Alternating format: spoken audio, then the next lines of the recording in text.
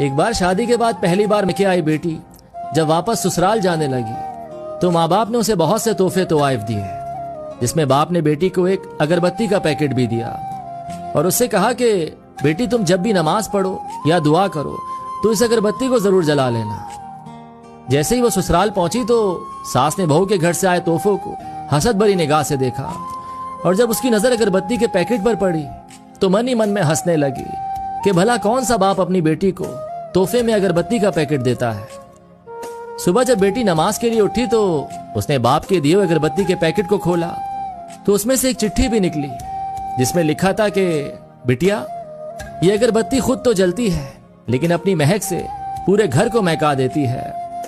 हो सकता है तुम कभी अपने शौहर से रूठ जाओ या किसी बात पर सास ससुर से नाराज हो जाओ, देवर या ननन की कोई बात तुम्हें बुरी लग जाए तो तुम मेरी दी हुई इस नसीहत को याद रखना। इस अगरबत्ती की तरह जलना। जैसे अगरबत्ती खुद जलकर अपनी महक से दूसरों को तरोताजा रखती है, उनको सुकून देती है, इसी तरह बेटी तुम भी सह जाना। अपने ससुराल को महका समझकर अपने अच्छे रवैये और खुश इखलाकी से उनके घर के सुकून की वजह बन जाना। ये पढ़कर बेटी फूट फूट कर रोने लगी तो उसका शौहर और सास ससुर भी वहां पहुंच गए और पूछने लगे कि क्या हुआ। तो बहू ने वो चिट्ठी अपने शौहर को दे दी। जब शौहर ने चिट्ठी को पढ़ा तो सबकी आंखों में आंसू आ गए।